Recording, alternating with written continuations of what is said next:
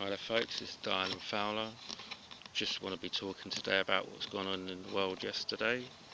Over at Stratford, World Athletics Championships. A certain Usain Lightning Bolt ran the worst race of his life. Anyone else that had run that race like he did would have been lucky to come in at 8th, to be honest with you. And what did he do? He actually got a medal. I don't know how he does it. I mean, he was just so far behind. His start was just ridiculous. I mean, on his day, he's a fast starter, Bolt. When he got his world record, I think he was like 3rd out of the blocks, 2nd out of the blocks. And you saw what happened. He preempted it, and then he went the other way round and waited too long before he actually got out of the blocks. And the problem is, we all know what happened to him. He'd done it before when he preempted it too much and he got disqualified. And there was no Bolt running in it, which was a really weird race in itself. But there you go, he's managed to go out with a medal, which is amazing. But the main reason I'm doing this video is that last night, myself included, I have to admit,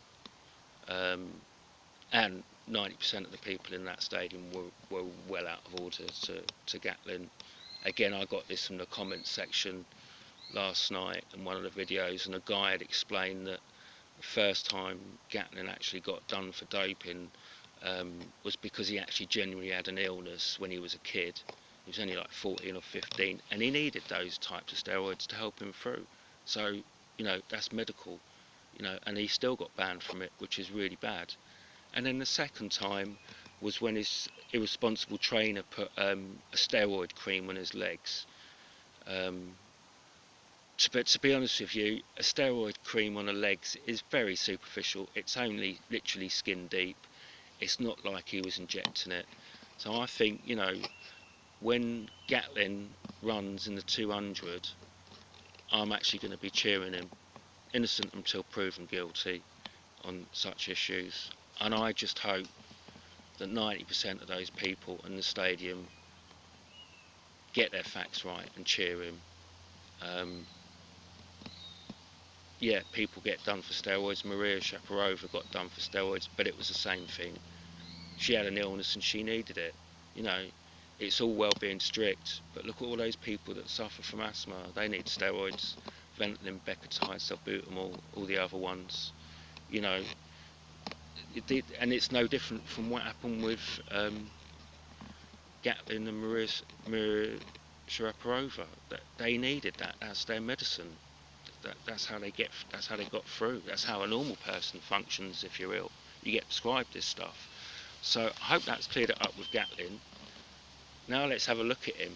He's 35 years old and he's just won a race like that. I mean, incredible. Absolutely. You got to take your hat off to him. And he was humble to Bolt. I mean, you know, Bolt isn't just a world-class athlete. He's something else. He's a showman. He's an all-rounder. He's like the Ronaldinho of the athletics world. He's a bit special, and Bolt loves everyone. And to be honest with you, Bolt knew the situation better than everyone, and he went straight up to Gatlin and hugged him. Do you know what I mean? That just shows you.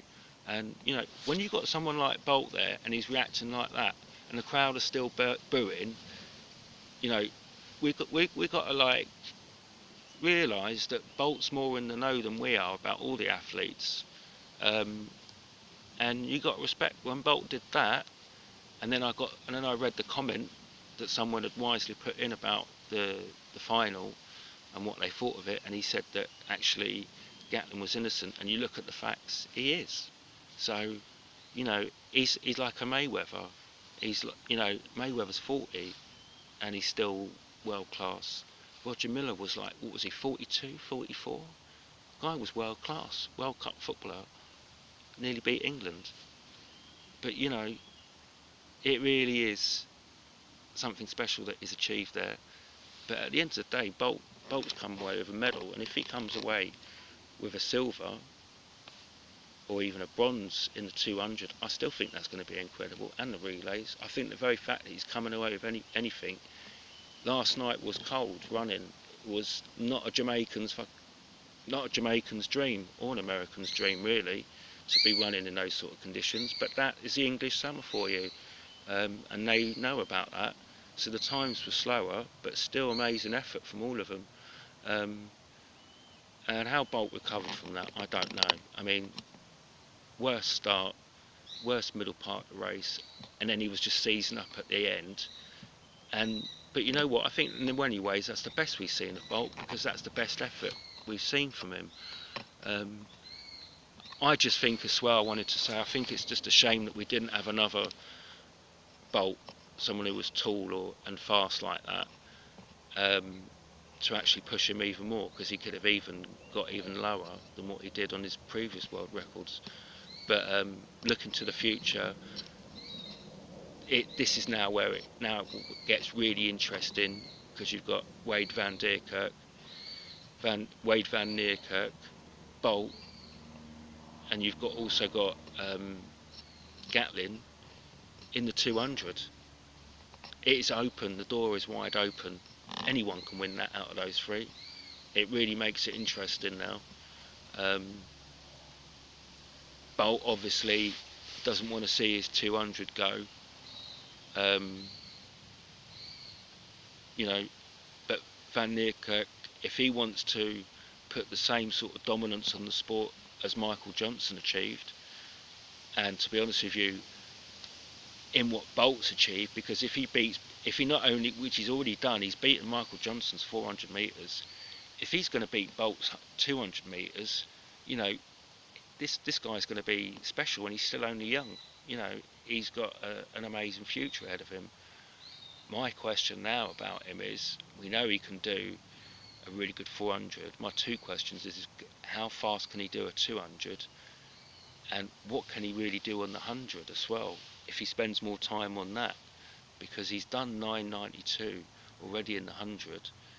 He's gone sub 20 in the 200. You know, with more training and now more effort on those, at some stage he can transition and break away from the 400 and concentrate on those two sprints. Even though Bolt's retired at the end of this games, Van Nierkerk, I think he's got a guy that's going to take over the mantle. I think he can. I think if he spends more hours training on the 100 and 200, Bolt might have to come out of retirement. Do you know what I mean? Because I know Bolt loves his world records. Michael Johnson did. Any sprinter, as a man, to have those three, or as a woman to hold any of those three world records, is something else. And it just makes it now really interesting and a really big spectacular sport. So again, if you've got comments regarding this, and you want to, oh, there I am, and if you want to make a sort of discussion about it in the comments section, then please drop a comment. And also, if you could SNL and keep the D's to me, if that makes sense to you, that would be great. Nice one. Bye.